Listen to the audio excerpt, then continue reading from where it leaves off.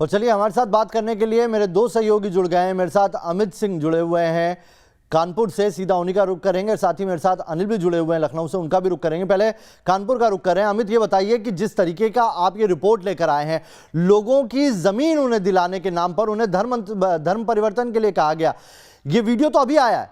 इनका एक बड़ा करियर देखने को मिल रहा है, क्योंकि जो उनकी उम्र है उससे लगता है कि एक अच्छा करियर उन्होंने आईएएस में अलग अलग पदों पर निभाया है। न जाने कितने होंगे जो उनकी जद में आए होंगे।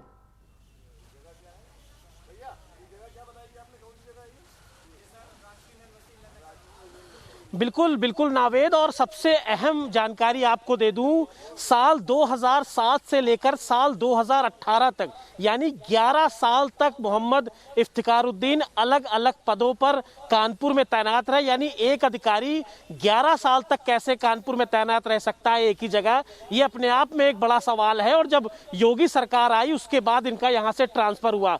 2014 से लेकर 2018 तक ये कानपुर जोन के कमिश्नर के तौर पर यहाँ पर पद पर नियुक्त थे। और उसी दौरान 2016 का ये वीडियो बताया जा रहा है कि इनके आवास में इस तरह की तकरीरें कराई जाती थी। जिस पीड़ित शख्स को भी हमने आपसे बात कराई और उसने हमको 2 किताबें भी दी हैं और ये दावा किया है कि ये दोनों किताबें मोहम्मद इफ्तिखारुद्दीन ने ही लिखी थी, जिसमें मुस्लिम धर्म को लेकर, इस्लाम धर्म को लेकर तमाम तरह की बातें लिखी गई हैं, उसका प्रचार प्रसार किया गया है। और जिन लोगों को इस्लाम धर्म को लेकर, अमित, अगर आपके पास वो किताब हो तो किताब दिखाइएगा। हमारे साथ अनिल भी बने हुए हैं, आप दोनों हमारे साथ बने रहिए। हम आपको दिखाते हैं आईएएस मोहम्मद इफ्तिखारुद्दीन का वायरल वीडियो, जिसके बाद एसआईटी तक को गठित करना पड़ा है। वीडियो में किस तरह से कट्टरपंथियों की एक महफिल सजी है, और बयान सुनिएगा क्या कह रहे हैं इसमें आईएएस, और आईएएस के अलावा जो एक और शख्स वहां पर मौजूद है वो कैसे लोगों को इस्लाम धर्म अपनाने के फायदे बता रहे हैं। खुद सुनिए।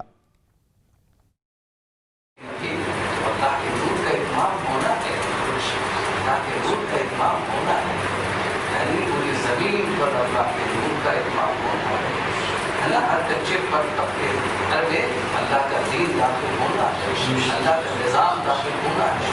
कैसे होगा? यहाँ पर इंसान बैठे इनको ये काम करना चाहिए, इनको ये काम करना चाहिए। नहीं करेंगे तो अल्लाह इनको जरूर पकड़ेगा, है ना, इनको जरूर पकड़ेगा, क्योंकि अल्लाह ने अपनी किताब।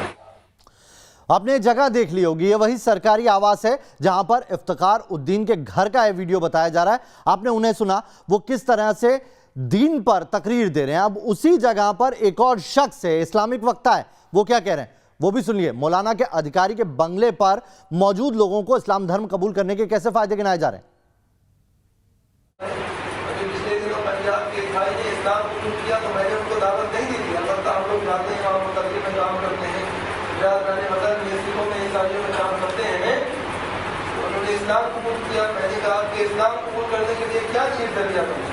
तो उन्होंने कहा मेरी बहन की मौत। क्या बहन की मौत दरिया बनी इस्लाम कबूल करने के लिए? बोले जी। मैंने कहा बताइए। कहने लगे जब उसको जला रहे थे तो वो कपड़ा जब जल गया तो बहन हो गई। सब लोग देख रहे हैं कि मुझे बहुत शर्म आई, मैं वहाँ से निकल गया। तो मेरे बहन ने मालिक में डाला कि आज तो मेरी बहन को लोग देख रहे हैं, कल मेरी बेटी की है, इसको भी लोग देखेंगे, मरने के बाद ये भी ऐसी ही चलेगी। उसी वक्त मेरे दिल में आया कि इस्लाम से अच्छा कोई दिल नहीं है, मुझे कबूल कर देना चाहिए। मैं ऐसे ऐसे घूमता रहा, जिसने कलमा नहीं पढ़ाया। तो फिर आपके बारे में मुशर्रफ साहब ने उन्होंने बताया कि एक निशान साहब नबीला से आते हैं, वो आपको कलमा पढ़ाते हैं। कलमा मुझे कैसे कैसे लोग इस्लाम कबूल कर रहे हैं, क्या क्या चीज़ें जरिया बन रही लोगों के इस्लाम कबूल करने के लिए। मेरे दोस्तों, हम लोग बैठे हुए हैं, काम नहीं कर रहे हैं। अल्लाह ने आपको ऐसा सेंटर, ऐसी ये खानसा, ऐसा इस्लामी स्टेट कहिए इसको, ऐसा दे दिया है कि यहाँ दुनिया से आप पूरी दुनिया के अंदर काम कर सकते हैं। तो भाषा सुनिए आपने। ये जो शख्स थे जो इस्लामिक वक्ता के तौर पर खड़े हुए थे, और सामने ही आपको इफ्तिखारुद्दीन भी बैठे हुए दिखाई दे रहे थे। ये उत्तर प्रदेश को इस्लामिक स्टेट मानते हैं अपने मन में। केंद्रीय मंत्री मुख्तार अब्बास नकवी ने भी धर्मांतरण गैंग में शामिल आईएएस पर सवाल खड़े किए। सुनिए। ऐसे देश में जहां पर सभी धर्मों के लोग रहते हों, सभी धर्मों के मानने वाले हों, धर्म को मानने वाले लोग भी हों, धर्म को ना मानने वाले लोग भी हों, ऐसे देश में इंटॉलरेंस या असहिष्णुता का कोई स्थान न था, न है, न हो सकता है। और जहाँ तक सवाल है, ऐसे देश में अगर कोई सोचता है कि धर्मांतरण के जरिए वो विस्तार और विश्वास पैदा करेगा तो वो भी पैमाना नहीं हो सकता और ना हो रहा है। इधर उत्तर प्रदेश के मंत्री सिद्धार्थनाथ सिंह ने इस मामले को दुर्भाग्यपूर्ण बताया और कहा है कि जल्द ही एसआईटी जांच से सामने आ जाएगा।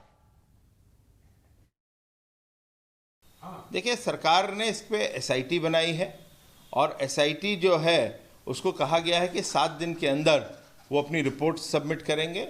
ये एक जो घटना है और वो भी एक आईएएस ऑफिसर जो कि चेयरमैन है यूपीएसआरटीसी, जिसको 2016 में अखिलेश के समय बनाया गया था, ये एक दुर्भाग्यपूर्ण है और उस पर जो कानून का जो काम है वो पूरा का पूरा करेगा और सख्त से सख्त सजा भी दी जाएगी।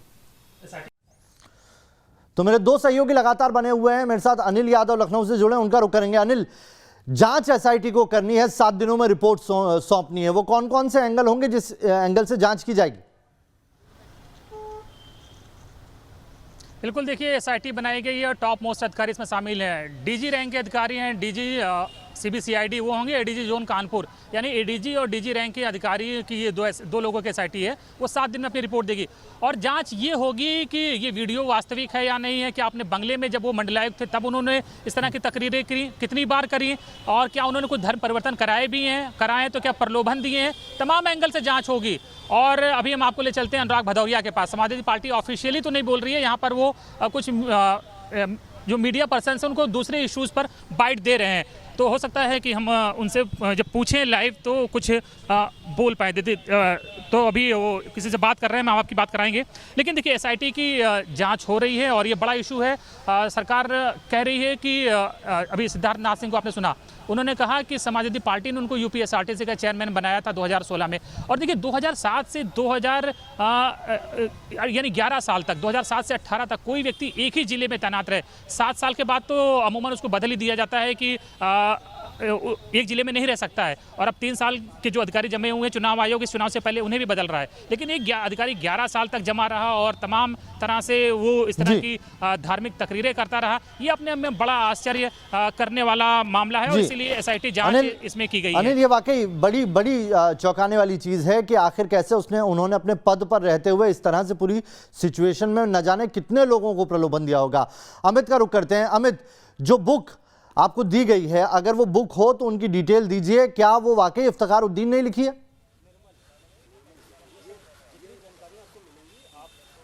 अमित, आता हूं आपके पास। अनिल के साथ अनुराग भदौरिया हैं जो एक कमेंट दे रहे हैं, पहले वो सुन लेते हैं जल्दी से। जो सरकार उत्तर प्रदेश के अंदर में कानून व्यवस्था बनाए रखने में फेल होती है वो सरकार रहने लायक नहीं होती है। भारतीय जनता पार्टी की सरकार में लगातार यहाँ 12 साल तक कैसे रहे इफ्तिखारुद्दीन एक ही जिले में? एक ही जिले में मेरी बात सुनो, 5 साल तो आपकी सरकार नहीं बचा, हल्ला एजेंडा चलाने आए हो क्या? तो चलाओ एजेंडा। तो आप चिल्ला रहे हो, आप सवाल पूछ रहे हो, चिल्ला रहे हो। आप दूसरे रूट पे जा रहे हैं ना सर, बीजेपी के प्रवक्ता बोल रहे हो, दूसरे रूट पे जा रहे हैं सर। हम जनता के प्रवक्ता हैं, सवाल पूछ, जनता के प्रवक्ता है सर, दूसरे रूट पे मत जाइए। आप चिल्ला रहे हो। एक व्यक्ति 11 साल तक कैसे एक जिले में रहा? आपसे तो अरे ये तो सरकार से पूछो, 4.5 साल सरकार किसकी है यहाँ पे? 5 साल तो आपकी सरकार में भी रहे सर कानपुर में। मेरे जवाब दे दो, 4.5 साल सरकार किसकी है यहाँ पे? सरकार क्या है? कानपुर में आप नहीं है ना सर, अब तो लखनऊ आ गए ना। मैं जो पूछ रहा हूँ 4.5 साल सरकार किसकी है यहाँ पे? भारतीय जनता पार्टी की। जिम्मेदारी भारतीय जनता पार्टी की होती है कानून व्यवस्था बनाए रखने की, और इस सरकार कानून व्यवस्था बनाए रखने में पूरी तरह से फेल हो रही है। चाहे किसी भी मुद्दे पे ये कानून व्यवस्था की बात हो, चाहे धर्मांतरण की बात हो, चाहे महिला अत्याचार की बात हो, चाहे बेरोजगारी की बात हो, चाहे चोरी डकैती हत्या लूट मार बलात्कार जिस तरह से महिलाओं के साथ हो रहा है, वीडियो उसको देखकर क्या कहेंगे? एक आईएएस का ये करना जायज है? तकरीरें कर रहे थे, धार्मिक तकरीरें कर रहे थे। आपकी सरकार थी, आपकी एजेंसियां कहाँ थी, आपकी जो एलआईयू कहाँ थी सर, पुलिस कहाँ थी कि एक मंडलायुक्त के बंगले में धार्मिक कट्टरपंथ की पाठशाला चल रही है और आप लोग पता नहीं कर पाए? एजेंडा हो गया। मेरी सवाल मुझसे पूछ रहे हो कि खुद ही जवाब दे दोगे? सर आप इधर उधर चले जाते हैं ना। इधर नहीं, सरकार पे हूँ, 4.5 साल से भारतीय जनता पार्टी की सरकार है। इफ्तिखारुद्दीन की बात हो रही है। हाँ, तो सरकार की जिम्मेदारी है और सरकार अपनी जिम्मेदारी से नहीं भाग सकती। आपकी सरकार थी जब वो ये तकरीरें कर रहे थे सर, कट्टरपंथ की पाठशाला पढ़ा रहे। बात सुन लो, सरकार अपनी जिम्मेदारी से नहीं भाग सकती, सरकार अपनी जिम्मेदारी से भाग रही है। इसके मतलब ये सरकार जनता की जिम्मेदारी कुछ है सर, आपकी भी जिम्मेदारी। मैं आपको जवाब दे रहा हूँ तो सुन लो। एक तो मैं दे रहा हूँ, ऊपर से कहानी बता रहे हो यार। तुम्हारे साथ तो एहसान नहीं कर रहे हैं सर।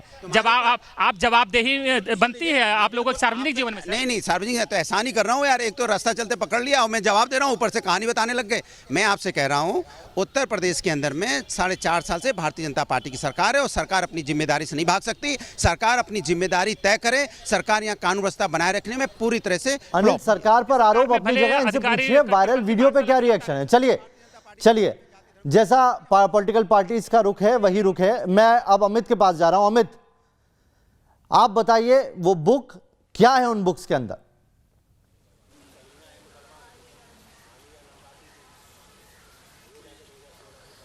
देखिए, अभी कुछ देर पहले ही वो बुक हमारे पास आई है। दो ऐसी बुक हैं। एक बुक हमारे पास मोबाइल में आई है जिसके हेडलाइन दी हुई है उसकी भक्ति, शुद्ध भक्ति। इसमें साफ साफ नीचे मोहम्मद इफ्तिखारुद्दीन लिखा है और ऐसा दावा किया जाता था कि जब मोहम्मद इफ्तिखारुद्दीन से मिलने लोग जाते थे तो उन लोगों को जब इस्लाम धर्म अपनाने के लिए कहा जाता था उसके बाद उन लोगों को बाकायदा ये बुक दी जाती थी और इस बुक को पढ़ने के लिए कहा जाता था। अगर हम थोरली, हालांकि इस बुक को हमने अभी नहीं पढ़ा, लेकिन अगर हम इस बुक का जो मेन कंटेंट है ऊपर का वो देखें तो इसमें साफ लेकिन बहुत सारी चीजें अब समझ में आ रही है अमित, बहुत सारी चीजें समझ में आ रही है अनिल, कि अब जब जांच का दायरा आगे बढ़ेगा तो ये चीज तो अभी हम लोगों के हाथ में आई है। हमारे सामने ऐसे लोग आए हैं जिन्हें इन्फ्लुएंस किया गया था, न जाने और कितने होंगे। आप दोनों का बहुत बहुत शुक्रिया। इस खबर पर नजर बनाए रखिए।